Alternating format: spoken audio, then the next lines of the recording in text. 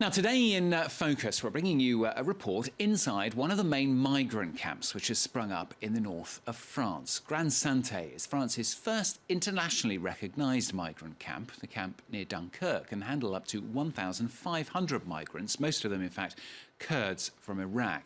Well, as Weiyu, Qian and Jessica Sestelli report, volunteers coming up with different solutions to provide at least one meal every day per person. These trucks carrying unsold produce from local supermarkets have made the day for NGO Le Réchaud, with 10 chefs from Paris and over 30 volunteers from this part of northern France. Their job is to use such donations to feed people living in the migrant camp at Grande Synthe. Today we're getting food deliveries from 5 different local supermarkets. That's quite a haul. So we're getting ready to sort and store these items quickly. We're putting them in the kitchen behind. I'm checking that nothing's gone off. This one looks a bit that way, so I'm putting it aside to avoid any risk. While some might expect a simple soup kitchen, chefs here take a different approach, bringing fresh ideas to the table that are often seen in the capital's trendiest restaurants.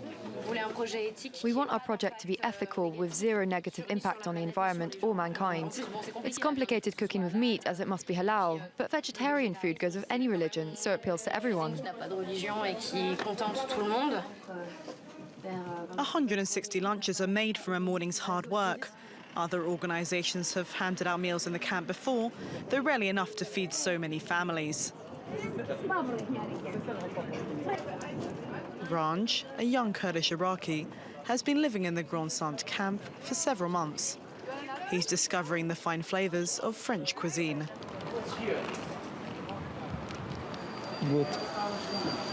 For dinner, Le Réchaud staff have come up with a novel idea. Not just cooking for the people here, but with them too. And for this, they've set up a workshop, but it's had a mixed success, with only a handful of people showing up for the occasion. Some of those who do come have more experience in cooking for large groups than most might think. Goran's been cooking ever since the camp's construction. Depuis que le camp existe, même avant, before in Calais, you were already cooking? Oui. Ouais. Depuis donc. He cooks every day, from morning until nightfall, for the whole camp. Tous les jours, il cuisine tous les jours, du matin au soir, pour l'intégralité du camp.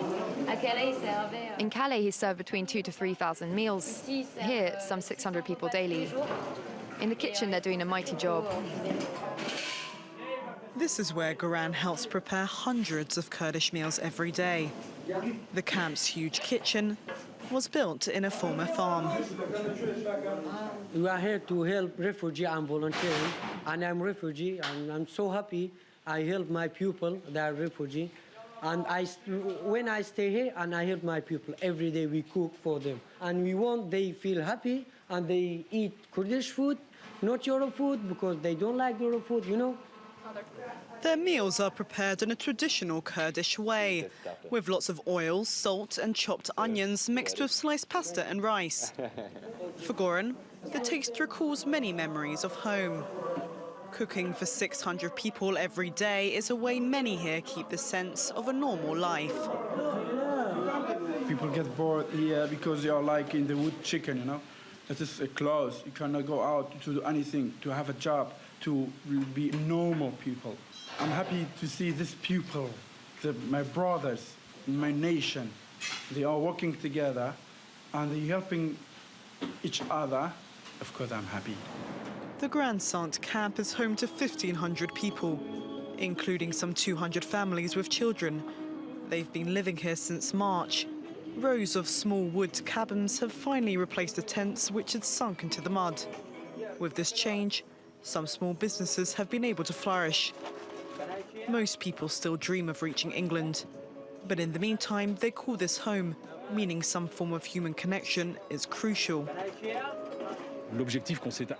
Our goal is to make them feel comfortable and safe and try to give them all we can.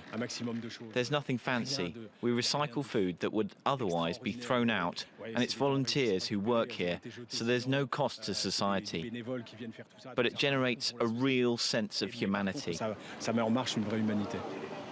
It's this human interaction which provides some welcome relief from the many hardships of life in the camp, warming the heart of not only residents here, but volunteers too. The Grand